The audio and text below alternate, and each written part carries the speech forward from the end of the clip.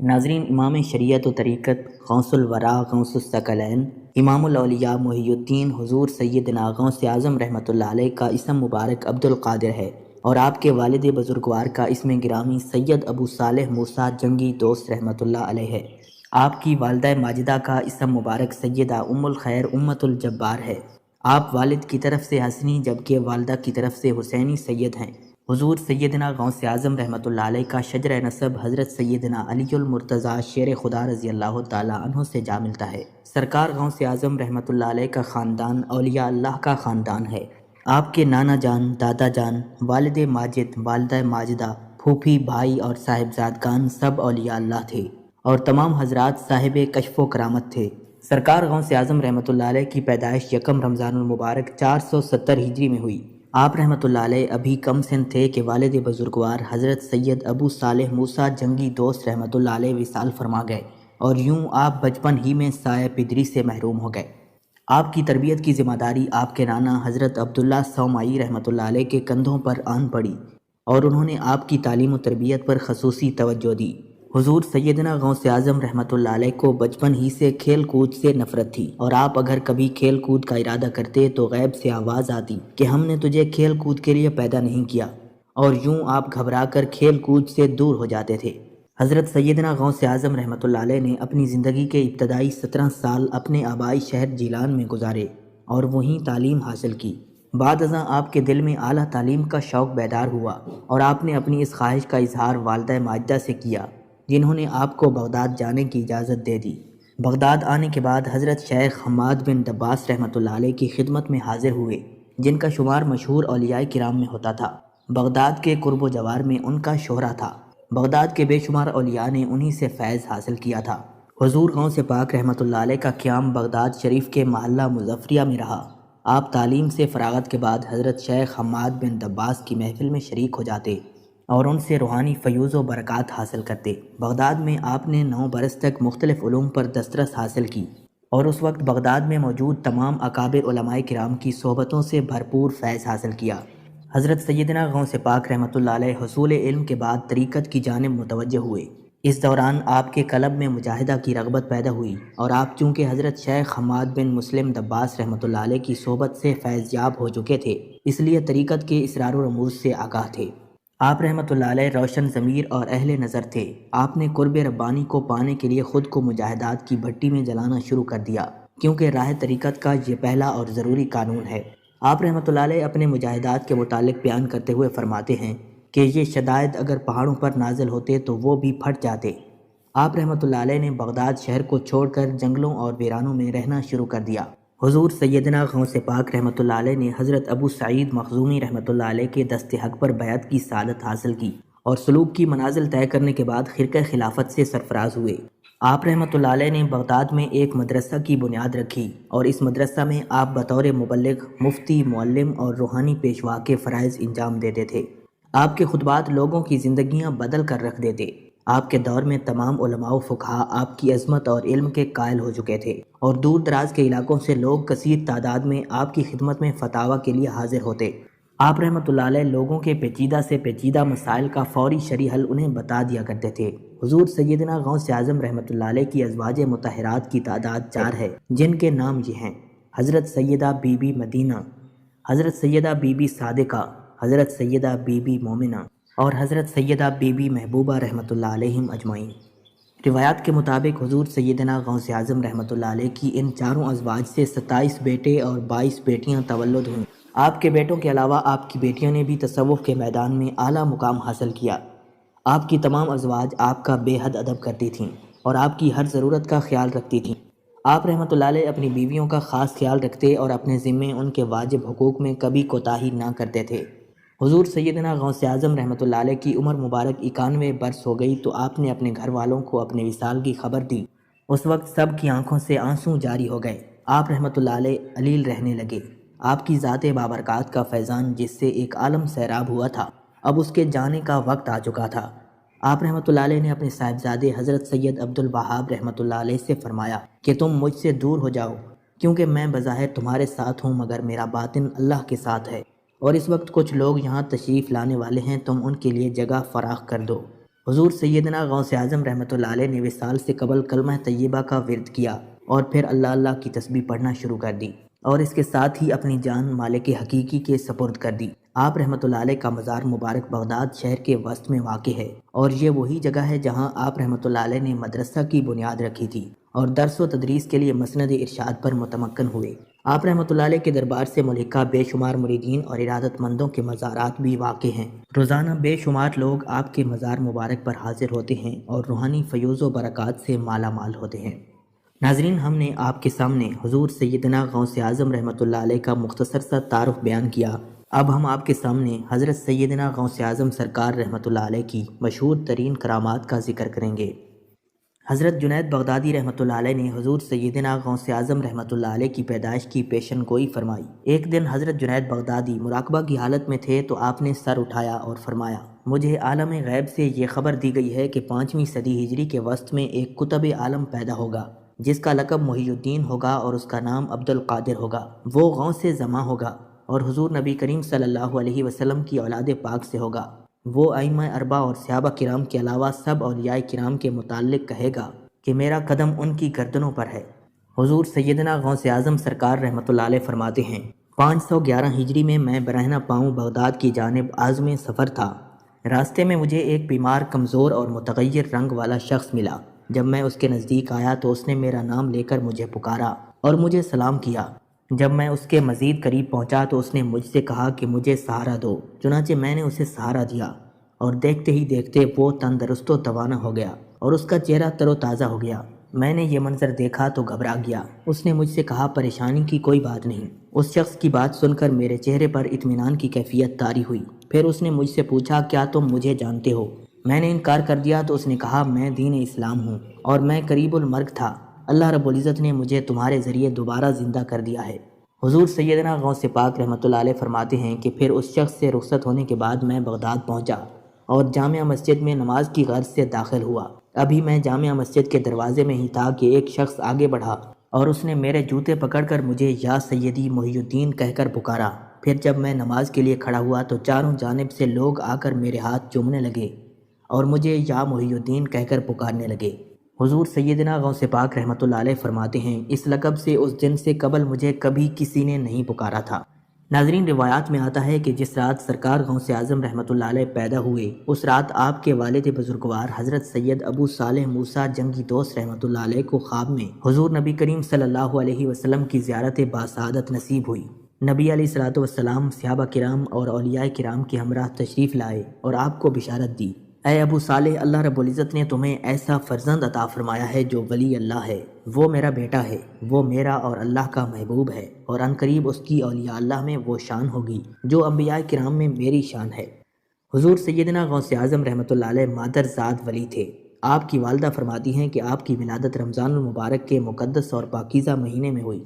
رمضان المبارک کے مہینے میں آپ دن بھر دودھ نہ پیتے تھے۔ ولادت باسعادت کے دوسرے سال موسم ابر آلود ہونے کی وجہ سے لوگوں کو رمضان کا چاند دکھائی نہ دیا تو لوگوں نے میرے پاس آ کر دریافت کیا، کیا عبد القادر نے دودھ پیا ہے یا نہیں؟ حضور سیدنا غوث اعظم رحمۃ اللہ علیہ کی والدہ فرماتی ہیں، میں نے کہا، آج میرے بیٹے نے دودھ نہیں پیا۔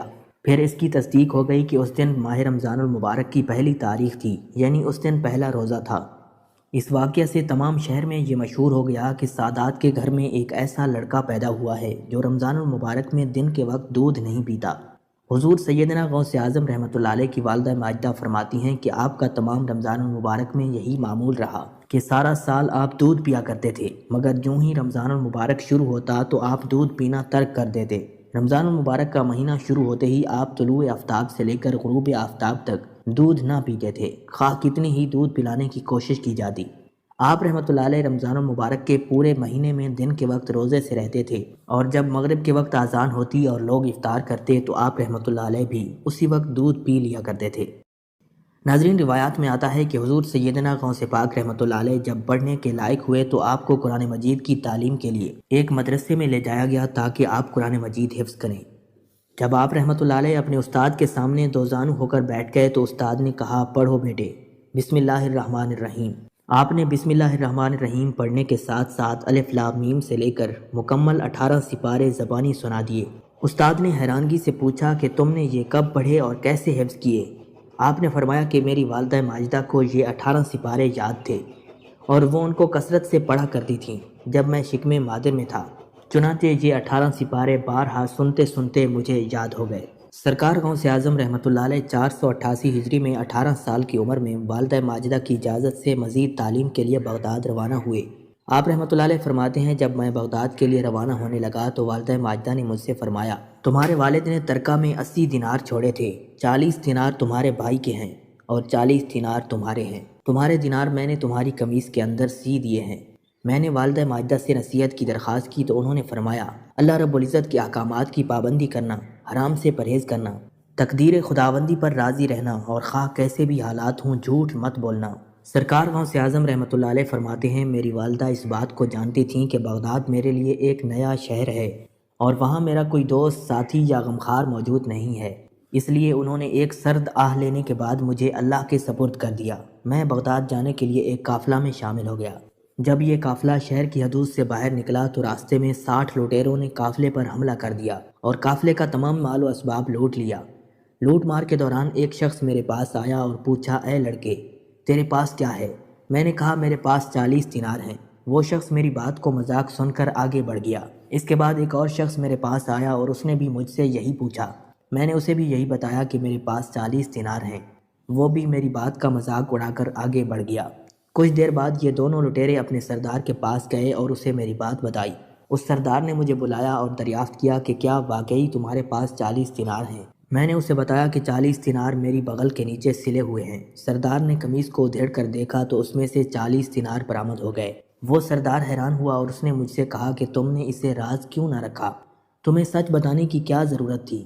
میں نے جواب دیا میری والدہ نے سفر پر نکلتے وقت اس بات کی نصیحت کی تھی کہ بیٹا جیسے بھی حالات ہوں تم جھوٹ نہ بولنا، لہٰذا جب مجھ سے پوچھا گیا کہ میرے پاس کیا ہے تو میں نے سچ سچ بتا دیا۔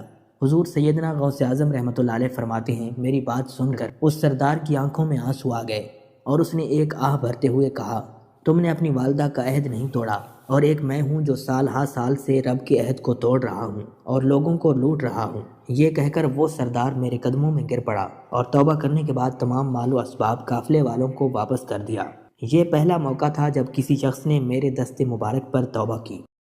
ناظرین، سرکار غوث اعظم رحمۃ اللہ علیہ نے 9 سال تک بغداد میں علم حاصل کیا۔ اس دوران آپ سخت مجاہدے بھی کرتے رہے۔ والدہ ماجدہ نے جو 40 دینار آپ کو دیے تھے وہ جلد ہی ختم ہو گئے۔ آپ کو گزر اوقات کے لیے بے پناہ مشکلات کا سامنا کرنا پڑا، مگر اس سے آپ کی استقامت میں کسی قسم کا کوئی فرق نہ آیا۔ حضرت شیخ طلحہ بن مظفر رحمۃ اللہ علیہ سے منقول ہے، فرماتے ہیں کہ حضور سیدنا غوث اعظم رحمۃ اللہ علیہ نے مجھے بتایا کہ بغداد میں قیام کے دوران اکثر و بیشتر مجھے کھانے کو کچھ نہ ملتا، حتیٰ کہ ایک مرتبہ میں 20 روز تک فاقے سے رہا۔ آخر کار میں ایوان کسریٰ کی جانب چل پڑا۔ وہاں پہنچ کر دیکھا کہ 40 اولیاء اللہ مجھ سے پہلے وہاں موجود تھے۔ مجھے یہ دیکھ کر بہت شرمندگی ہوئی اور میں واپس ہو لیا۔ حضور سیدنا غوث پاک رحمۃ اللہ علیہ نے فرمایا اس دوران میری ملاقات اپنے ایک ہم وطن سے ہوئی۔ اس نے مجھے کچھ رقم دیتے ہوئے کہا کہ یہ میری والدہ ماجدہ نے دی ہے۔ میں اس شخص کو جانتا بھی نہیں تھا۔ میں نے وہ رقم لے لی اور واپس ان اولیاء کے پاس آیا اور ان میں رقم تقسیم کر دی۔ بقدر ضرورت خود بھی رکھ لی۔ انہوں نے مجھ سے دریافت کیا یہ رقم کہاں سے آئی؟ سرکار غوث اعظم رحمۃ اللہ علیہ فرماتے ہیں میں نے انہیں بتایا کہ یہ رقم میری والدہ نے بھیجی ہے اور مجھے یہ اچھا نہ لگا کہ میں یہ ساری رقم خود رکھ لیتا۔ پھر میں نے بغداد واپس آ کر باقی ماندہ رقم سے کھانا خریدا اور فقراء کو بلا کر اپنے ساتھ بٹھایا اور ہم نے کھانا تناول فرما لیا۔ حضرت ابو بکر تمیمی رحمۃ اللہ علیہ سے مروی ہے، فرماتے ہیں کہ حضور سیدنا غوث اعظم رحمۃ اللہ علیہ نے ایک مرتبہ بتایا کہ بغداد میں سخت قحط پڑا اور کھانے کو کچھ میسر نہیں تھا۔ مجھے بھی فاقے میں رہتے ہوئے کئی دن گزر چکے تھے۔ ایک روز جب بھوک کا غلبہ کچھ زیادہ ہوا تو میں دریائے دجلہ پر چلا گیا تاکہ اگر کچھ گھاس یا پتے ملیں تو کھا کر گزارا کر لوں، مگر وہاں پہلے ہی بہت سے لوگ موجود تھے اور وہ بھی میری طرح کھانے کی تلاش میں تھے۔ آخر کار میں شہر کی جانب واپس لوٹ آیا۔ ابھی کچھ ہی دیر گزری تھی کہ ایک نوجوان بھنا ہوا گوشت لے کر مسجد میں داخل ہوا اور کھانے بیٹھ گیا۔ میں بھوک سے اس قدر نڈال تھا کہ جب وہ لقمہ اپنے منہ میں ڈالتا تو میں اپنا منہ کھول لیتا، حتیٰ کہ میں نے خود کو ملامت کرتے ہوئے کہا کہ یہ کیا حرکت ہے، اللہ رب العزت میرے حال سے واقف ہے، اسی پر تکلف کر اور اس قدر بے صبرا نہ ہو۔ حضور سیدنا غوث اعظم رحمۃ اللہ علیہ نے فرمایا پھر وہ نوجوان میری طرف متوجہ ہوا اور کہنے لگا آپ میرے ساتھ کھانے میں شامل ہو جائیں۔ میں نے پہلے تو انکار کر دیا اور جب اس نے بہت زیادہ اصرار کیا تو میں اس کے ساتھ کھانے میں شریک ہو گیا۔ اس نوجوان نے مجھ سے پوچھا میں کیا کرتا ہوں۔ میں نے اسے بتایا کہ میں فقہ کا طالب علم ہوں اور جیلان کا رہنے والا ہوں۔ اس نے مجھ سے پوچھا کیا تم جیلان میں ایک شخص عبدالقادر کو جانتے ہو؟ میں نے اسے بتایا کہ وہ میں ہی ہوں۔ میری بات سن کر اس کی آنکھوں سے آنسو جاری ہو گئے اور کہنے لگا کہ مجھے جیلان سے آپ کی والدہ نے 8 دینار دے کر بھیجا تھا۔ میں آپ کو تلاش کرتا رہا جہاں تک کہ میرے پاس موجود رقم بھی ختم ہو گئی اور فاقوں کی نوبت آ گئی۔ میں نے بھوک سے نڈھال 3 دن گزار دیے۔ پھر مجھے خیال آیا کہ فاقے کی حالت میں تیسرے دن تو مردار کھانے کی بھی اجازت ہے، اس لیے میں نے امانت میں سے یہ کھانا خرید لیا۔ یہ کھانا آپ کی ملکیت ہے اور میں آپ سے معافی چاہتا ہوں۔ حضور سیدنا غوث اعظم رحمۃ اللہ علیہ نے فرمایا میں نے اس شخص کو تسلی دی کہ فکر کی کوئی بات نہیں اور پھر ہم دونوں نے مل کر وہ کھانا کھا لیا۔ شیخ ابو سعید عبداللہ محمد سے منقول ہے، فرماتے ہیں میں ابن سکا اور حضور سیدنا غوث اعظم رحمۃ اللہ علیہ جامعہ نظامیہ بغداد میں زیر تعلیم تھے۔ اس زمانے میں بغداد میں ایک شخص بہت مشہور تھا اور سب اس کو غوث کہتے تھے۔ وہ جب چاہتا ظاہر ہو جاتا اور جب چاہتا غائب ہو جاتا۔ ایک روز ہم تینوں دوستوں نے اس بات کا ارادہ کیا کہ ان سے ملا جائے۔ جب ہم روانہ ہوئے تو ابن سکا نے کہا میں اس غوث سے ایسا مسئلہ پوچھوں گا کہ وہ لاجواب ہو جائے گا۔ میں نے کہا کہ میں بھی ایک سوال کروں گا، دیکھتا ہوں وہ کیا جواب دیتے ہیں۔ حضور سیدنا غوث اعظم رحمۃ اللہ علیہ نے فرمایا میں کوئی سوال نہیں کروں گا، میں صرف ان کی زیارت کی سعادت حاصل کروں گا۔ حضرت شیخ ابو سعید عبداللہ محمد فرماتے ہیں جب ہم وہاں پہنچے تو وہ موجود نہ تھے۔ تھوڑی دیر بعد وہ ظاہر ہوئے اور ابن سکا سے کہنے لگے اے ابن سکا تجھ پر صد افسوس ہے، تو مجھ سے ایسا سوال پوچھنا چاہتا تھا جس سے تو مجھے لاجواب کر دے۔ تمہارا سوال یہ تھا اور اس کا جواب یہ ہے۔ انہوں نے ابن سکا کے بتائے بغیر اس کے سوال کا جواب دے دیا اور پھر فرمایا مجھے تیرے اندر کفر نظر آتا ہے۔ پھر انہوں نے میری جانب نگاہ کی اور فرمایا کہ تمہارا سوال یہ ہے اور اس کا جواب یہ ہے، اور تمہاری اس بے ادبی کی وجہ سے دنیا تمہارے کانوں تک چھا جائے گی۔ پھر وہ حضور سیدنا غوث اعظم رحمۃ اللہ علیہ کی جانب متوجہ ہوئے اور ان کو اپنے پاس بلا کر بٹھا لیا۔ ان کے ساتھ نہایت عزت و احترام سے پیش آئے اور فرمانے لگے اے عبدالقادر تو نے اپنے ادب کی بدولت اللہ اور اس کے رسول کو راضی کر لیا۔ تم ان قریب ایک ممبر پر بیٹھو گے اور سارا بغداد تمہاری بات سنے گا۔ تم اعلان کرو گے کہ ہر ولی کی گردن پر میرا قدم ہے، اور مجھے نظر آ رہا ہے کہ تمام ولی اللہ تمہاری اس بات پر اپنا سر جھکا دیں گے۔ شیخ ابو سعید عبداللہ محمد فرماتے ہیں کہ اس کے بعد وہ غوث غائب ہو گئے اور ہماری ان سے پھر کبھی ملاقات نہ ہوئی۔ بعد میں ان کی باتیں اس طرح درست ثابت ہوئیں کہ حضور سیدنا غوث اعظم رحمۃ اللہ علیہ ممبر ولایت پر بیٹھے اور آپ نے اعلان کیا کہ تمام اولیاء کی گردنوں پر میرا پاؤں ہے۔ شیخ ابو سعید عبداللہ محمد فرماتے ہیں ابن سکا کا یہ حال تھا کہ اس نے شرعی علوم پر دسترس حاصل کی اور ہر ایک کو اپنے علم سے مات دے دی، مگر جب خلیفہ نے اسے اپنا مقرب خاص بنا کر شاہ روم کی جانب بھیجا تو اس نے شاہ روم کے تمام عیسائی پادریوں کو بھی مات دے دی۔ شاہ روم نے اس کی نہایت عزت افزائی کی اور اسے اپنا مقرب خاص بنا لیا۔ ابن سکا وہاں ایک لڑکی پر فریفتہ ہو گیا اور اس نے شاہ روم سے اس کا رشتہ مانگا۔ شاہ روم نے کہا کہ اس کا رشتہ میں ایک شرط پر دوں گا، جب تو عیسائی ہوگا۔ ابن سکا نے اس لڑکی سے شادی کی غرض سے عیسائی مذہب اختیار کر لیا۔ مجھے جب علم ہوا تو مجھے ان غوث کا قول یاد آ گیا۔ شیخ ابو سعید محمد فرماتے ہیں میری حالت یہ ہوئی کہ میں بغداد سے دمشق آیا تو سلطان نور الدین زنگی نے مجھے محکمہ اوقات کا ناظم اعلیٰ مقرر کر دیا۔ میں حاکم ہو گیا اور دنیا چاروں جانب سے مجھ پر ٹوٹ پڑی۔ اس طرح اس غوث کی کہی ہوئی تینوں باتیں درست ثابت ہو گئیں۔ حضرت شیخ عبداللہ جبائی رحمۃ اللہ علیہ کہتے ہیں کہ مجھ سے حضور سیدنا غوث اعظم رحمۃ اللہ علیہ نے فرمایا ایک رات مجھ پر خاص وجدانی کیفیت طاری ہوئی اور میں نے بے ساختہ چیخ مار دی، جس سے لٹیروں کی جماعت گھبرا کر بھاگ گئی کہ شاید کوئی آ گیا ہے۔ جب وہ لوگ میرے پاس آئے اور مجھے زمین پر بے ہوش پڑا دیکھا تو کہنے لگے یہ تو عبدالقادر دیوانہ ہے، اس نے ہمیں ڈرا دیا۔ حضرت شیخ ابو العباس احمد بغدادی رحمۃ اللہ علیہ فرماتے ہیں کہ میں نے حضور سیدنا غوث اعظم سے سنا، آپ رحمۃ اللہ علیہ نے فرمایا کہ میں نے 40 سال تک عشاء کے وضو سے فجر کی نماز ادا کی اور 15 سال تک ایک پاؤں پر کھڑے ہو کر صبح تک قرآن مجید ختم کیا۔ چنانچہ ایک رات میں سیڑھی پر چڑھ رہا تھا کہ میرے نفس نے مجھ سے کہا کاش تو ایک گھڑی سو جائے اور پھر اٹھ کر عبادت کر لے۔ جیسے ہی یہ خیال میرے دل میں آیا میں وہیں ایک پاؤں پر کھڑا ہو گیا اور قرآن مجید کی تلاوت شروع کر دی، یہاں تک کہ میں نے اسی حالت میں قرآن مجید ختم کر لیا۔ حضور سیدنا غوث اعظم رحمۃ اللہ علیہ کے صاحبزادے حضرت شیخ ضیاء الدین ابو نصر موسیٰ رحمۃ اللہ علیہ سے مروی ہے۔ وہ فرماتے ہیں کہ میں نے اپنے والد ماجد سے سنا کہ دوران سیاحت میں ایک لگودک صحرا میں جا نکلا جہاں پانی کا کوئی نام و نشان نہیں تھا۔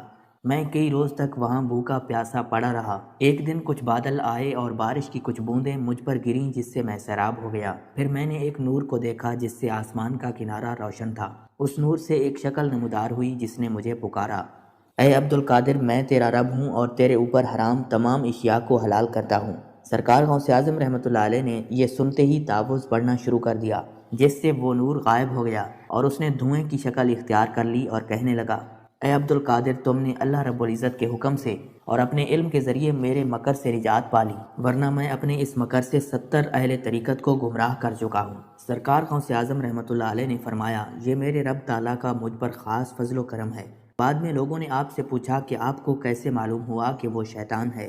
آپ نے فرمایا، شیطان کے اس قول سے کہ میں حرام اشیاء کو حلال کرتا ہوں، مجھے معلوم ہوا کہ اللہ رب العزت کبھی بھی بری چیز کا حکم نہیں دیتا، اور جو چیز شریعت محمدی میں حرام ہے اسے صرف میرے لیے حلال نہیں کیا جا سکتا۔ ناظرین، ایک مرتبہ حضور سیدنا غوث اعظم رحمۃ اللہ علیہ نے فرمایا کہ میں جب بغداد چھوڑ کر بیابانوں میں رہنے لگا تو شیاطین انسانی شکلوں میں آتے اور وہ ہر قسم کے اسلحہ سے لیس ہوتے تھے۔ وہ مجھ سے جنگ کرتے اور مجھ پر آگ کے شعلے برساتے۔ میں نے اپنے دل میں ان سے لڑنے کے لیے حوصلہ، ہمت اور جرأت پائی اور ہر میدان میں ثابت قدمی کا مظاہرہ کیا۔ عاطف غیبی سے میرے لیے ندا آتی، اے عبد القادر، اٹھو اور ان کا مقابلہ کرو، ہم تمہاری مدد کریں گے۔ چنانچہ جب میں ان کا مقابلہ کرتا تو وہ فرار ہو جاتے۔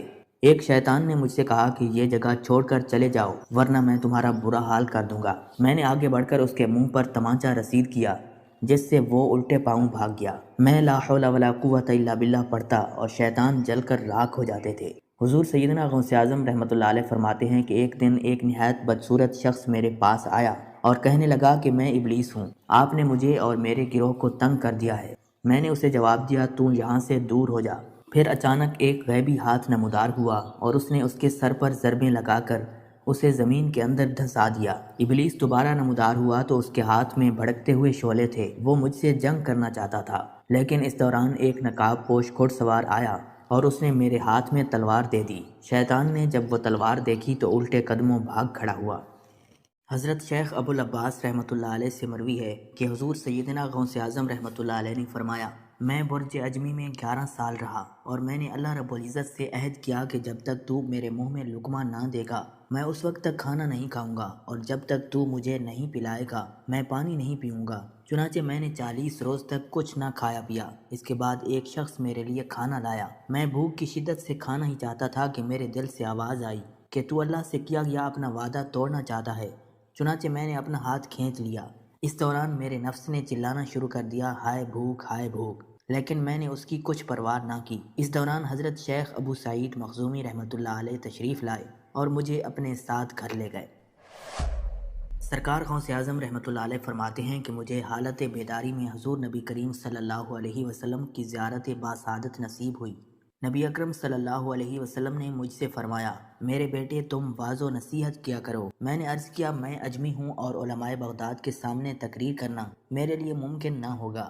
حضور نبی کریم صلی اللہ علیہ وسلم نے مجھے منہ کھولنے کا حکم دیا، اور جب میں نے اپنا منہ کھولا تو آپ صلی اللہ علیہ وسلم نے 7 مرتبہ میرے منہ میں لعاب مبارک ڈالا اور فرمایا کہ اب تم واز کرو اور لوگوں کو حق کی دعوت دو۔ پھر امیر المومنین حضرت سیدنا علی المرتضیٰ شیر خدا رضی اللہ تعالیٰ عنہ تشریف لائے۔ آپ نے بھی مجھے فرمایا، بیٹے اپنا منہ کھولو۔ میں نے اپنا منہ کھولا تو آپ نے 6 مرتبہ میرے منہ میں لعاب ڈالا اور فرمایا کہ واعظ و نصیحت کرو۔ میں نے ان سے پوچھا کہ آپ نے میرے منہ میں 6 مرتبہ لعاب ڈالا جبکہ حضور نبی کریم صلی اللہ علیہ وسلم نے 7 مرتبہ لعاب ڈالا تھا۔ حضرت سیدنا علی المرتضیٰ شیر خدا رضی اللہ تعالیٰ عنہ نے فرمایا کہ میں نے حضور نبی کریم صلی اللہ علیہ وسلم کے ادب کی وجہ سے ایسا کیا۔ پھر حضور نبی کریم صلی اللہ علیہ وسلم نے مجھے خلعت پہنائی اور فرمایا، یہ تمہاری ولایت کی خلعت ہے اور یہ اقطاب اولیاء کے لیے مخصوص ہے۔ حضور سیدنا غوث اعظم رحمۃ اللہ علیہ فرماتے ہیں کہ اس واقعے کے بعد اللہ رب العزت نے مجھ پر اپنے بے پناہ فیوز و برکات نازل فرمائے۔ اللہ تعالیٰ نے میری زبان میں تاثیر رکھ دی۔ میں جس شخص کو بھی دعوت دیتا وہ میری دعوت رد نہ کرتا۔ میرے واز میں لوگوں کا ایک ہجوم موجود رہتا تھا۔ اس واقعے سے قبل میری محفل میں صرف چند لوگ بیٹھا کرتے تھے۔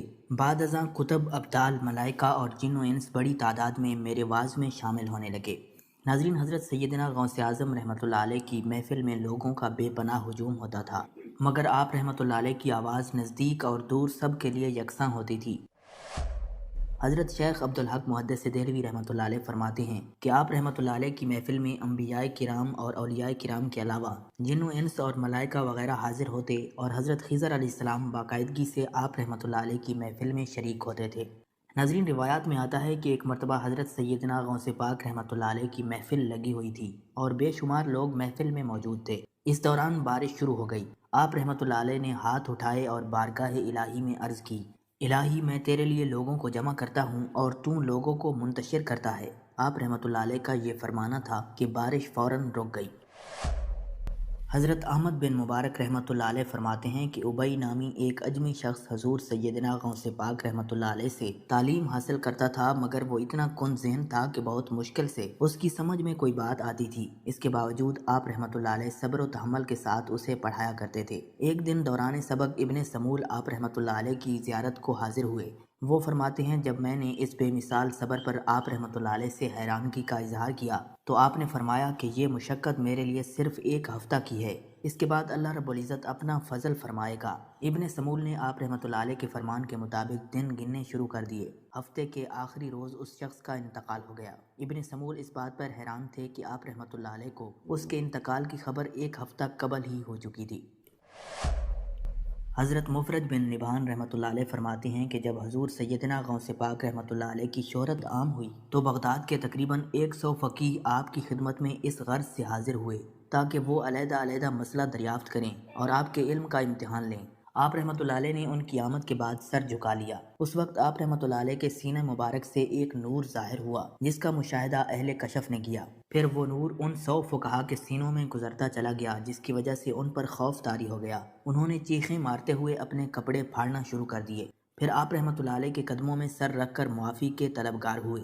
اس دوران اہل محفل نے بھی ایسی زوردار چیخ ماری کہ سارا بغداد لرز اٹھا۔ آپ رحمۃ اللہ علیہ نے آگے بڑھ کر ان فقہا کو اٹھایا اور فرمایا کہ تمہارے سوال یہ تھے اور ان کے جوابات یہ ہیں۔ حضور سیدنا غوث اعظم رحمۃ اللہ علیہ فرماتے ہیں، ایک مرتبہ میں مسند ارشاد پر بیٹھا تھا کہ حضور نبی کریم صلی اللہ علیہ وسلم کی زیارت باسعادت نصیب ہوئی۔ آپ صلی اللہ علیہ وسلم کے ہمراہ حضرت موسیٰ علیہ السلام بھی تھے۔ حضور نبی کریم صلی اللہ علیہ وسلم نے حضرت موسیٰ علیہ السلام کو مخاطب کرتے ہوئے دریافت فرمایا، کیا آپ علیہ السلام کی امت میں ایسا کوئی شخص موجود ہے؟ حضرت موسیٰ علیہ السلام نے نفی میں سر ہلا دیا۔ پھر نبی اکرم صلی اللہ علیہ وسلم نے مجھے خلعت خاص عطا فرمائی۔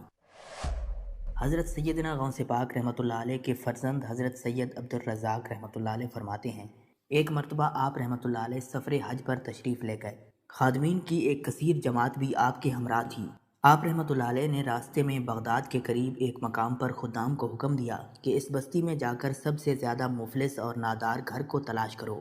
خدام نے تلاش شروع کی تو انہیں ایک بوڑھے اور محتاج میاں بیوی کا گھر مل گیا جہاں وہ اپنی بچی کے ہمراہ رہتے تھے۔ آپ رحمۃ اللہ علیہ کو جب اطلاع دی گئی تو آپ اس گھر میں تشریف لے گئے۔ آپ کے ہمراہ خدام بھی موجود تھے۔ حضور غوث پاک رحمۃ اللہ علیہ کی خدمت میں بے شمار تحائف اہل علاقہ کی جانب سے پیش کیے گئے، جنہیں آپ رحمۃ اللہ علیہ نے ان بوڑھے میاں بیوی اور ان کی بیٹی کو دے دیے، اور وہ نادار آپ کی برکت سے مالا مال ہو گئے۔ حضرت غوث پاک رحمۃ اللہ علیہ کی عادت کریمہ تھی کہ اپنے مصلے کے نیچے جو کچھ غیب سے آتا اس کو ہاتھ نہ لگاتے تھے، بلکہ خدام کو کہتے کہ وہ ضرورت کے مطابق مصلے کے نیچے ہاتھ ڈال کر پیسے نکال لیا کریں۔ خلیفہ وقت نے آپ کی خدمت میں خلعت فاخرہ بھیجی تو آپ نے خدام کو حکم دیا کہ اسے ابو الفتح چکی والے کو دے دو۔ آپ رحمۃ اللہ علیہ کے خادم حضرت شیخ عبداللطیف بن شیخ ابی نجات رحمۃ اللہ علیہ فرماتے ہیں کہ ایک مرتبہ آپ رحمۃ اللہ علیہ کے ذمے کچھ قرض واجب الادا ہو گیا۔ اس دوران ایک شخص آیا جسے میں نے پہلے کبھی نہیں دیکھا تھا۔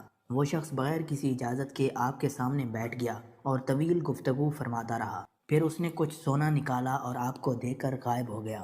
آپ نے مجھ سے فرمایا کہ اس سونے کو قرض خواہوں میں تقسیم فرما دو۔ میں نے آپ سے اس شخص کے متعلق دریافت کیا تو آپ نے فرمایا کہ یہ صراف قدر تھا، اور صراف قدر اللہ رب العزت کے وہ فرشتے ہیں جو اولیاء اللہ کی مدد کرتے ہیں۔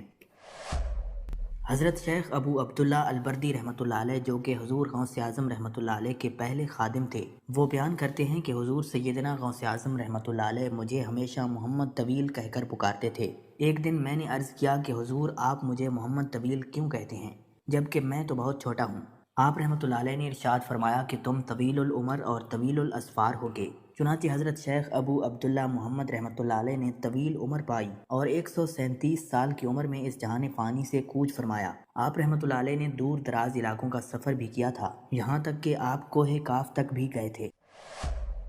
حضرت ابو محمد رجب بن ابی منصور داری رحمۃ اللہ علیہ فرماتے ہیں کہ حضرت شیخ ابو الحسن علی کرشی رحمۃ اللہ علیہ نے انہیں بتایا کہ میں اور حضرت علی بن ابی نصر الحیتی رحمۃ اللہ علیہ حضور سیدنا غوث اعظم رحمۃ اللہ علیہ کے مدرسے میں موجود تھے کہ ایک بغدادی تاجر حاضر ہوا اور عرض کرنے لگا، یا سیدی، آپ کے جد امجد حضور نبی کریم صلی اللہ علیہ وسلم کا فرمان ہے کہ دعوت کو قبول کرو، بس میں آپ کو دعوت دیتا ہوں، آپ میرے غریب خانے پر تشریف لائیں۔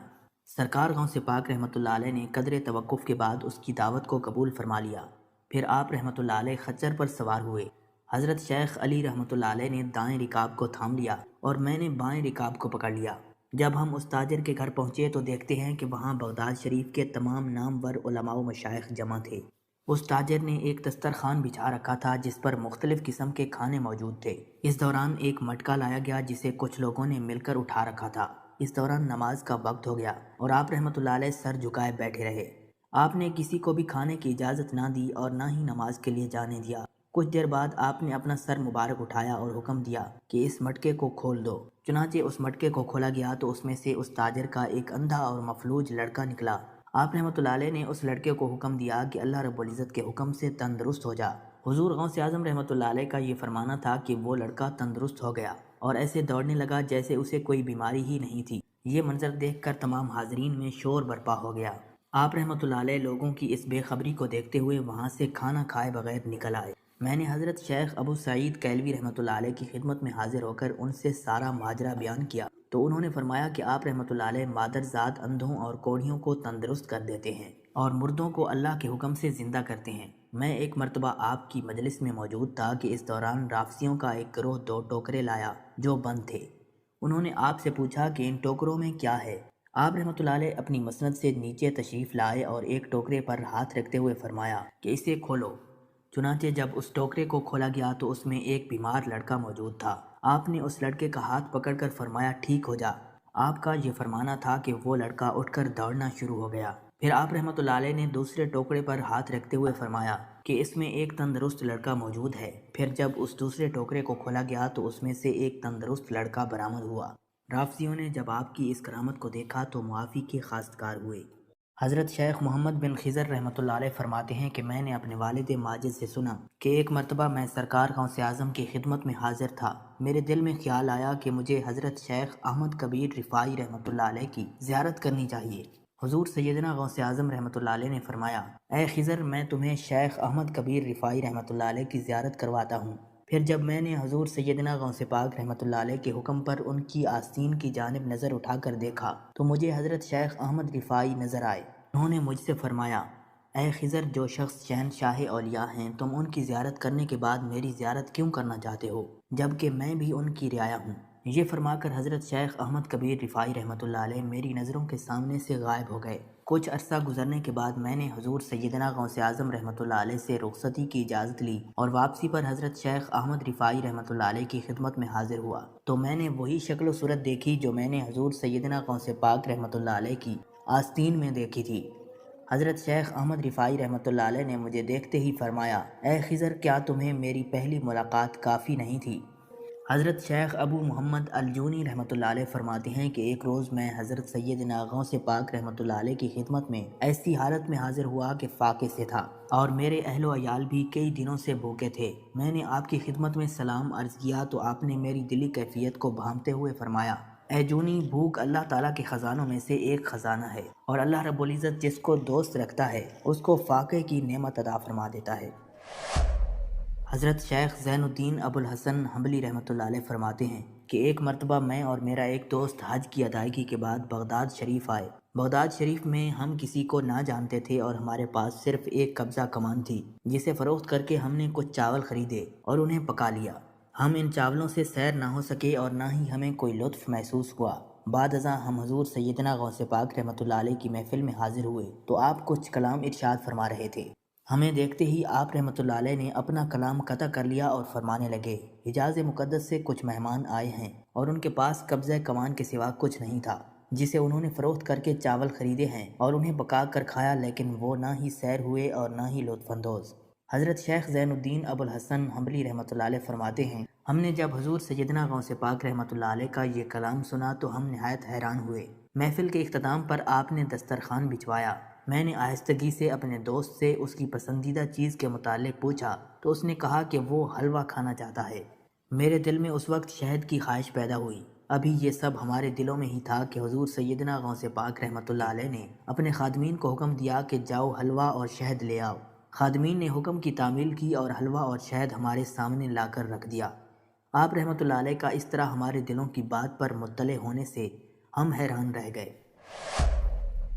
حضرت ابو حفص عمر بن صالح بغدادی رحمۃ اللہ علیہ ایک مرتبہ اپنی اونٹنی کو ہانکتے ہوئے حضور سیدنا غوث پاک رحمۃ اللہ علیہ کی خدمت میں حاضر ہوئے اور عرض کرنے لگے کہ حضور، میں حج کے لیے بیت اللہ شریف جانا چاہتا ہوں، مگر میری یہ اونٹنی میرا ساتھ دینے کے قابل نہیں ہے اور فی الحال میرے پاس کوئی دوسری سواری بھی نہیں۔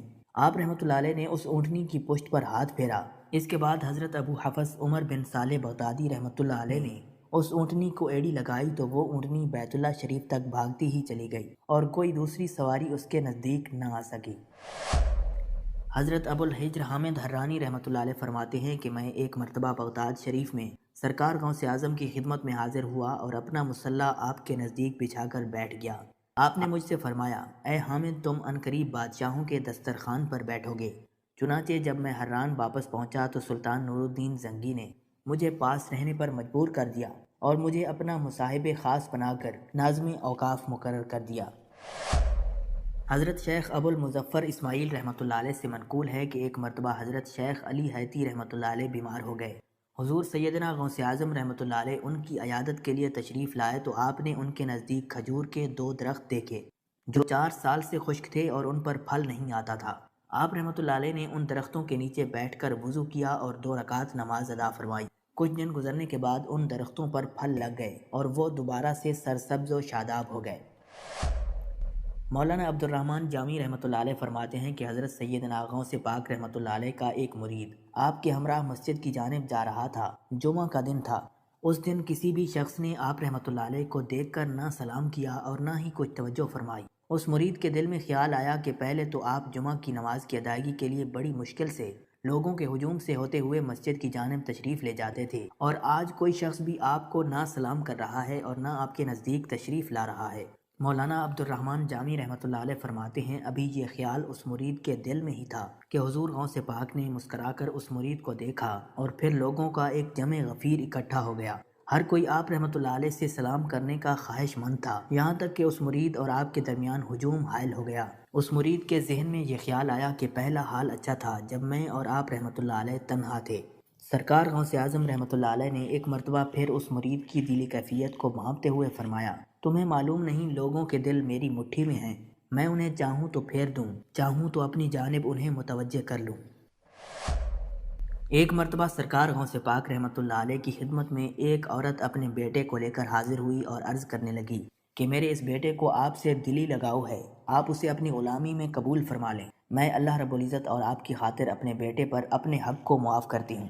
آپ رحمۃ اللہ علیہ نے اس لڑکے کو قبول فرما لیا۔ چند روز بعد وہ عورت اپنے بیٹے سے ملنے کے لیے آئی تو وہ لڑکا آپ کے حکم سے مجاہدات میں مشغول تھا اور بے حد لاغر ہو چکا تھا۔ اس عورت نے جب آپ کو دیکھا تو آپ رحمۃ اللہ علیہ اس وقت مرغی کا گوشت کھا رہے تھے اور آپ کے سامنے ہڈیاں پڑی ہوئی تھیں۔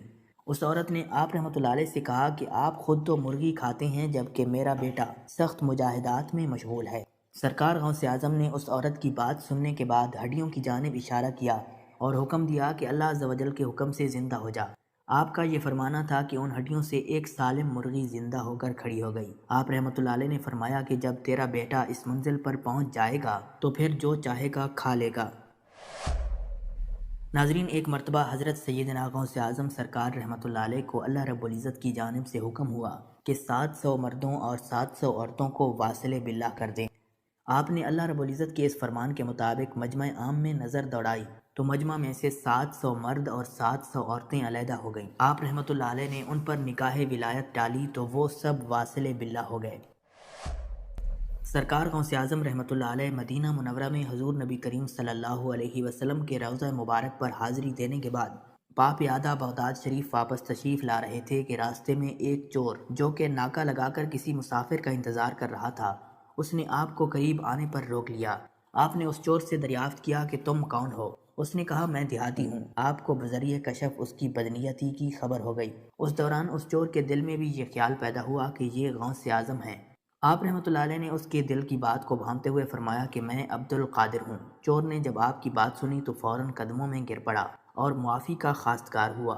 سرکار غوث اعظم کو اس کی حالت پر ترس آ گیا۔ آپ رحمۃ اللہ علیہ نے اللہ رب العزت کے حضور اس کے لیے دعا فرمائی تو غیب سے آواز آئی، اے غوث اس چور کو سیدھا راستہ دکھاتے ہوئے قطب بنا دو۔ چنانچہ آپ نے اس چور کی جانب نظر فرمائی تو وہ چور آپ کے فیض روحانی سے قطب کے درجے پر فائز ہو گیا۔ حضرت شیخ ابو العباس خضر حسینی رحمۃ اللہ علیہ فرماتے ہیں کہ ایک مرتبہ میں نے خلیفہ ابو المظفر یوسف عباسی کو سرکار غوث اعظم رحمۃ اللہ علیہ کی خدمت میں موجود پایا۔ اس نے آپ سے کسی کرامت کو دیکھنے کی درخواست کی اور کہا کہ اس سے میرا دل مطمئن ہو جائے گا۔ حضرت سید عبد القادر جیلانی رحمۃ اللہ علیہ نے خلیفہ سے پوچھا کہ تو کیا چاہتا ہے؟ اس نے کہا کہ مجھے ایک سیب چاہیے۔ اس وقت عراق میں سیبوں کا موسم نہیں تھا۔ آپ رحمۃ اللہ علیہ نے اپنا دست مبارک فضا میں بلند کیا اور دیکھتے ہی دیکھتے آپ کے ہاتھ میں 2 سیب آ گئے۔ آپ رحمۃ اللہ علیہ نے ایک سیب ابو المظفر کو دے دیا اور دوسرا سیب خود رکھ لیا۔ ابو المظفر نے جب اپنا سیب چیرا تو اس میں سے کیڑا نکل آیا، جبکہ سرکار غوث پاک رحمۃ اللہ علیہ نے جب اپنا سیب چیرا تو یہ اندر سے سفید تھا اور اس میں کستوری کی خوشبو آ رہی تھی۔ ابو المظفر نے وجہ دریافت کی تو آپ نے فرمایا کہ اس سیب میں سے کیڑا اس وجہ سے نکلا کیونکہ اس سیب کو ظالم کا ہاتھ لگا ہے۔ حضرت شیخ ابو محمد محلی رحمۃ اللہ علیہ سے مروی ہے کہ ایک مرتبہ میں حضور سیدنا غوث پاک رحمۃ اللہ علیہ کی خدمت اقدس میں بغداد شریف حاضر ہوا اور کچھ دنوں تک آپ کے ہاں قیام پذیر رہا اور روحانی فیوز و برکات سے مالا مال ہوا۔ بعد ازاں جب میں واپس اپنے ملک مصر روانہ ہونے لگا تو آپ نے مجھ سے فرمایا کہ کبھی کسی سے کوئی چیز نہ مانگنا۔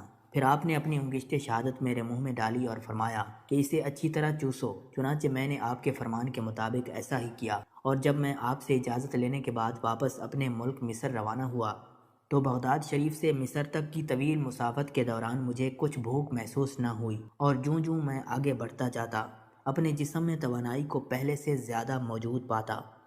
ناظرین، ایک مرتبہ حضرت سیدنا عبد القادر جیلانی رحمۃ اللہ علیہ، حضرت شیخ احمد کبیر رفاعی اور حضرت عدی بن مسافر کے ہمراہ حضرت امام احمد بن حنبل رحمۃ اللہ علیہ کے مزار کی زیارت کے لیے تشریف لے گئے۔ رات کا وقت تھا اور اندھیرا بہت زیادہ تھا۔ آپ رحمۃ اللہ علیہ سب سے آگے تھے اور آپ نے اپنی انگشت شہادت بلند کی تو وہ روشن ہو گئی، جس کی روشنی میں آپ سب حضرات امام احمد بن حنبل رحمۃ اللہ علیہ کے مزار کے قریب تک پہنچ گئے۔ سرکار غوث اعظم رحمۃ اللہ علیہ کے صاحبزادے حضرت سیدنا عبد الوہاب رحمۃ اللہ علیہ فرماتے ہیں کہ ایک مرتبہ والد بزرگوار سخت علیل ہو گئے اور یوں محسوس ہوتا تھا کہ آپ اس جہان فانی سے کوچ فرما جائیں گے۔ ہم سب آپ کے گرد جمع ہو گئے اور نہایت پریشان تھے۔ آپ نے فرمایا ابھی مجھے موت نہیں آئے گی کیونکہ میری پشت سے یحییٰ نام کا ایک لڑکا پیدا ہوگا۔ چنانچہ کچھ عرصے بعد آپ کے فرمان کے مطابق ایک بیٹا پیدا ہوا جس کا نام یحییٰ رکھا گیا۔ اس واقعے کے بعد عرصہ دراز تک آپ زندہ رہے۔ حضرت شیخ عبد الملک زیال رحمۃ اللہ علیہ سے منقول ہے کہ میں ایک مرتبہ حضور سیدنا غوث پاک رحمۃ اللہ علیہ کے مدرسے میں کھڑا تھا۔ آپ اپنے گھر سے نکلے تو آپ کے ہاتھ میں ایک عصا تھا۔ میرے دل میں اچانک یہ خیال آیا کہ آپ مجھے وہ کرامت دکھائیں جو اس عصا میں موجود ہے۔ آپ نے میری دلی کیفیت کو بھانپ لیا اور مسکراتے ہوئے اپنے عصا کو زمین پر گاڑ دیا۔ آپ رحمۃ اللہ علیہ کا عصا کو زمین پر گاڑنا تھا کہ وہ روشن ہو گیا اور اس کی روشنی آسمان تک پھیل رہی تھی۔ میں اس منظر کو محو ہو کر دیکھتا رہا۔ کچھ دیر بعد آپ نے اس عصا کو زمین سے نکالا اور مجھے مخاطب کرتے ہوئے فرمایا، اے زیال تم یہی دیکھنا چاہتے تھے؟ حضرت شیخ ابو العباس احمد رحمۃ اللہ علیہ جو حضور سیدنا غوث پاک رحمۃ اللہ علیہ کے ہمسایہ میں رہتے تھے، انہوں نے ایک مرتبہ بغداد میں قحط کے دوران آپ کی خدمت میں حاضر ہو کر شکایت کی۔ حضور غوث اعظم نے 24 دانے گندم کے نکال کر دیے اور فرمایا کہ اسے ایک ظروف میں بند کر دو اور اس ظروف کے پہلو میں سوراخ کر کے اس میں سے گندم نکال کر پیس لیا کرو۔ حضرت شیخ ابو العباس رحمۃ اللہ علیہ فرماتے ہیں ہم نے ایسا ہی کیا اور اس ظروف سے 5 سال تک گندم نکال کر کھاتے رہے۔ ایک روز میں نے اور میری بیوی نے اس برتن کو کھول کر دیکھا تو اس میں 24 دانے نظر آئے۔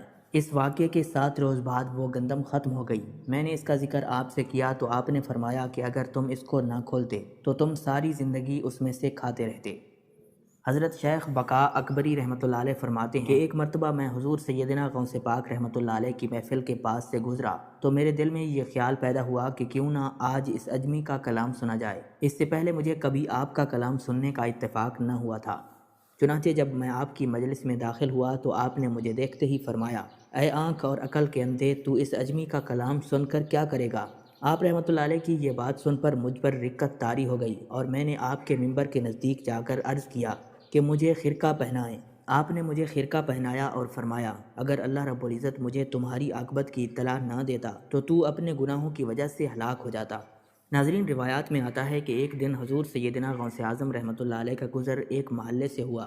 اس محلے میں ایک عیسائی اور مسلمان کے درمیان اس بات پر جھگڑا ہو رہا تھا کہ عیسائی کہتا تھا کہ حضرت عیسیٰ علیہ السلام حضور نبی کریم صلی اللہ علیہ وسلم سے افضل ہیں، جبکہ مسلمان کہتا تھا کہ حضور نبی کریم صلی اللہ علیہ وسلم حضرت عیسیٰ علیہ السلام سے افضل ہیں۔ حضور سیدنا غوث اعظم رحمۃ اللہ علیہ نے یہ سن کر اس عیسائی سے فرمایا کہ تمہارے پاس حضرت عیسیٰ علیہ السلام کے افضل ہونے کی کیا دلیل ہے؟ اس عیسائی نے کہا کہ وہ مردوں کو زندہ کرتے تھے۔ آپ نے فرمایا کہ میں نبی نہیں ہوں بلکہ اپنے نبی و رسول کا ادنا سا غلام ہوں۔ اگر میں مردے کو زندہ کر دوں تو کیا تم ہمارے نبی پر ایمان لے آؤ گے؟ عیسائی نے حضور سیدنا غوث اعظم رحمۃ اللہ علیہ کی بات سننے کے بعد کہا کہ مجھے منظور ہے۔ آپ نے دریافت کیا کہ کیا یہاں کوئی پرانی قبر موجود ہے؟ آپ کو ایک پرانی قبر کے پاس لے جایا گیا۔ آپ رحمۃ اللہ علیہ نے اس عیسائی سے پوچھا کہ حضرت عیسیٰ علیہ السلام مردوں کو زندہ کرتے وقت کیا فرماتے تھے؟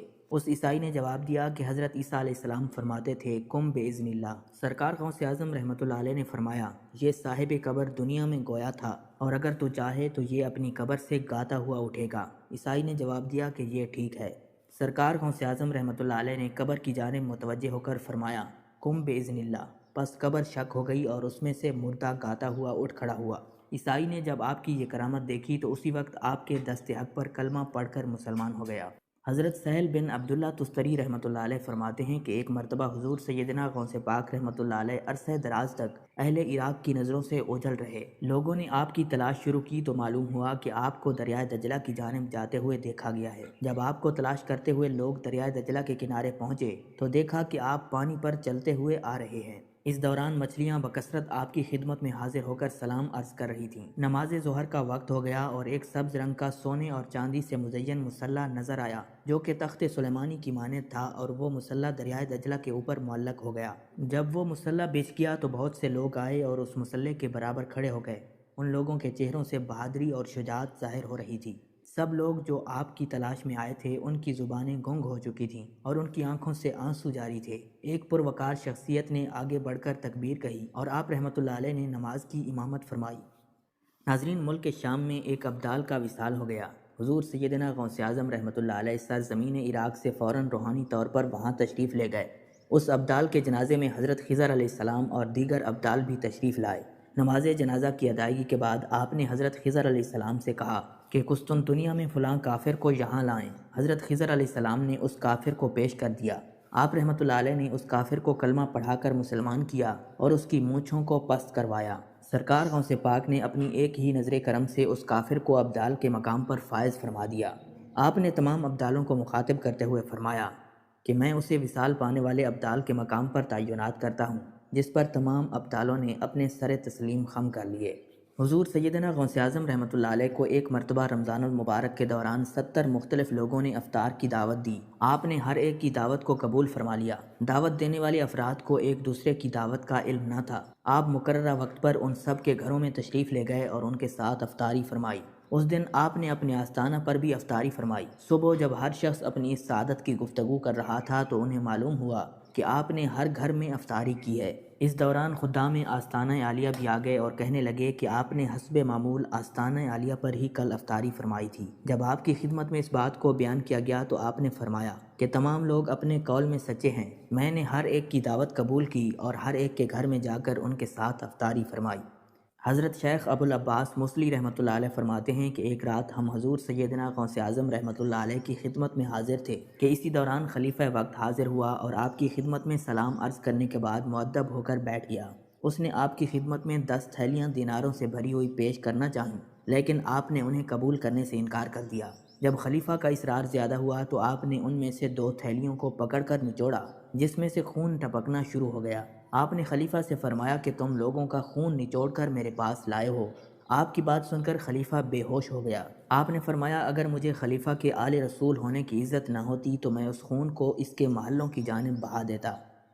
حضرت شیخ ابو القاسم بزار رحمۃ اللہ علیہ سے منقول ہے کہ حضور سیدنا غوث پاک رحمۃ اللہ علیہ ہوا میں چلا کرتے تھے اور فرماتے تھے کہ سورج جب تک مجھے سلام نہ کرے نہیں نکلتا، اور ہر سال میرے پاس آ کر مجھے سلام کرتا ہے اور بتاتا ہے کہ مجھ میں فلاں فلاں واقعات ہوں گے۔ اسی طرح مہینہ، ہفتہ اور دن مجھے سلام کرتے ہیں اور بتاتے ہیں کہ ہم میں فلاں فلاں امر وقوع پذیر ہوں گے۔ مجھے اپنے رب کی قسم لوح محفوظ میں نیک و بد میری آنکھوں کے سامنے پیش کیا جاتا ہے۔ میں مشاہدہ خداوندی اور علم خداوندی کے سمندروں میں غوطہ زن ہوں۔ میں تم سب پر حجت اللہ ہوں۔ میں روئے زمین پر رسول اللہ صلی اللہ علیہ وسلم کا نائب اور وارث ہوں۔ ناظرین، حضرت سیدنا عبد القادر جیلانی رحمۃ اللہ علیہ کے زمانے میں ایک مقرب کی ولایت سلب کر لی گئی۔ سب چھوٹے بڑے اس کو حقارت کی نگاہ سے دیکھنے لگے۔ اس نے 360 اولیاء اللہ سے التجا کی کہ وہ اس کے حق میں دعا فرمائیں، لیکن اس کا نام لوح محفوظ پر اشقیاء کی فہرست میں لکھ دیا گیا تھا۔ ان اولیاء اللہ نے اس کو بتایا کہ تم کامیاب نہیں ہوگے۔ اس کے چہرے کا رنگ سیاہ پڑ گیا تھا۔ اس شخص نے حضرت سیدنا غوث پاک رحمۃ اللہ علیہ کی خدمت میں حاضر ہو کر دعا کی درخواست کی۔ آپ نے فرمایا تم اللہ رب العزت کی بارگاہ میں مردود ہو گئے، مگر میں تمہیں اللہ رب العزت کے اذن سے مقبول بنا سکتا ہوں۔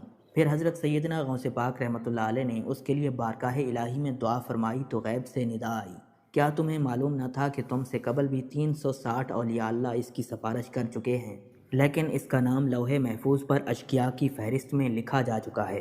آپ نے عرض کیا یا الہی تو مردود کو مقبول اور مقبول کو مردود بنانے پر قادر ہے۔ اگر تیری منشا یہی ہے تو نے اس کو مقبول بنانے کے لیے مجھ سے دعا کیوں کروائی؟ غیبی ندا آئی، اے عبد القادر اسے میں نے تمہارے سپرد کیا، تم اسے جو چاہو بنا دو۔ چنانچہ وہ آپ کی دعا سے پھر بارگاہ الہی میں مقبول ہو گیا۔ حضرت شیخ ابو صالح زکالی رحمۃ اللہ علیہ سے منقول ہے کہ حضرت ابو مدین مغربی رحمۃ اللہ علیہ نے مجھے حضور سیدنا غوث پاک رحمۃ اللہ علیہ کی خدمت میں فقر کی تعلیم حاصل کرنے کے لیے بھیجا۔ آپ نے مجھے 20 دن تک اپنے خلوت خانے کے دروازے پر بٹھائے رکھا اور 20 روز گزرنے کے بعد مجھے قبلہ رو ہونے کا حکم دیا۔ جب میں قبلہ رو ہو گیا تو آپ نے فرمایا اے ابو صالح اس طرف دیکھو۔ چنانچہ جب میں نے دیکھا تو آپ نے فرمایا کیا دیکھ رہے ہو؟ میں نے عرض کیا کہ بیت اللہ شریف میری نظروں کے سامنے ہے۔ آپ نے مجھے حکم دیا کہ اب مغرب کی سمت دیکھو۔ میں نے اپنا چہرہ مغرب کی جانب کیا تو آپ نے دریافت فرمایا کہ اب کیا دیکھ رہے ہو؟ میں نے عرض کیا کہ میں اپنے مرشد پاک حضرت ابو مدین رحمۃ اللہ علیہ کو دیکھ رہا ہوں۔ ناظرین، ایک مرتبہ سنان نامی عیسائی پادری نے حضور سیدنا غوث اعظم رحمۃ اللہ علیہ کی محفل میں حاضر ہو کر سلام عرض کیا اور حاضرین میں کھڑے ہو کر بیان دیا کہ میں یمن کا رہنے والا ہوں۔ میں نے ارادہ کیا کہ میں اسلام قبول کروں۔ اس دوران میرے دل میں یہ خیال پیدا ہوا کہ میں اس دور کی سب سے بہترین شخصیت کے دست مبارک پر کلمہ پڑھوں گا۔ یہی سوچ کرتے ہوئے مجھے نیند آ گئی۔ خواب میں مجھے حضرت سیدنا عیسیٰ علیہ السلام کی زیارت نصیب ہوئی۔ آپ علیہ السلام نے مجھ سے فرمایا کہ تم بغداد شریف چلے جاؤ اور حضرت شیخ عبد القادر جیلانی رحمۃ اللہ علیہ کے دست حق پر اسلام قبول کر لو، کیونکہ اس وقت وہ روئے زمین پر تمام لوگوں میں افضل و اعلیٰ ہیں۔ ایک مرتبہ حضرت سیدنا غوث پاک رحمۃ اللہ علیہ کی خدمت میں ایک عورت حاضر ہوئی اور آپ سے دعا کی درخواست کی کہ اس کے ہاں اولاد پیدا ہو۔ آپ نے مراقبہ میں جا کر لوح محفوظ کا مشاہدہ کیا تو وہاں لکھا تھا کہ اس عورت کی قسمت میں اولاد نہیں ہے۔ آپ نے اللہ رب العزت کے حضور اس کے لیے دعا فرمائی تو غیب سے ندا آئی کہ اس کے ہاں اولاد نہیں ہے۔ آپ رحمۃ اللہ علیہ نے اس کے حق میں دعا جاری رکھی یہاں تک کہ غیب سے آپ کو ندا آئی کہ ہم نے آپ کی دعا کی بدولت اس کو 7 لڑکے عطا فرمائے۔ چنانچہ اس عورت کے ہاں یک کے بعد دیگرے 7 لڑکوں کی پیدائش ہوئی۔ ناظرین، سرکار غوث پاک رحمۃ اللہ علیہ کے وصال کے بعد ایک شخص جو کہ عرصہ دراز سے مرشد کامل کی تلاش میں تھا، وہ آپ کا شہرہ سننے کے بعد آپ کی خدمت میں بغداد پہنچا۔ جب اس شخص کو معلوم ہوا کہ آپ وصال فرما گئے ہیں تو وہ آپ کی قبر مبارک پر حاضر ہوا اور آداب زیارت بجا لایا۔ آپ رحمۃ اللہ علیہ اپنی قبر مبارک سے باہر تشریف لائے اور اس کا ہاتھ پکڑ کر اسے سلسلہ عالیہ قادریہ میں بیعت فرما دیا اور اس کی جانب خصوصی توجہ فرمائی۔ حضرت سیدنا شیخ عبد القادر جیلانی رحمۃ اللہ علیہ فرماتے ہیں کہ میں 10 سال کی عمر میں اپنے شہر کے مکتب میں حصول علم کے لیے جایا کرتا تھا اور اس وقت میرے ساتھ ملائکہ بھی ہوتے تھے جو میرے آگے پیچھے میری حفاظت کی غرض سے چلتے تھے۔ جب میں مدرسہ پہنچتا تو وہ بارہا یہ منادی کرتے تھے کہ اللہ کے ولی کے لیے جگہ خالی کر دو، چنانچہ وہ میرے لیے جگہ خالی کر دیتے۔ ایک مرتبہ میں نے ایک ایسے شخص کو دیکھا جس نے فرشتوں کی آواز سن کر کہا کہ یہ نہایت معزز گھرانے کا فرد ہے اور عنقریب اس کو وہ عظمت حاصل ہوگی جس میں کوئی مزاحمت نہ ہوگی،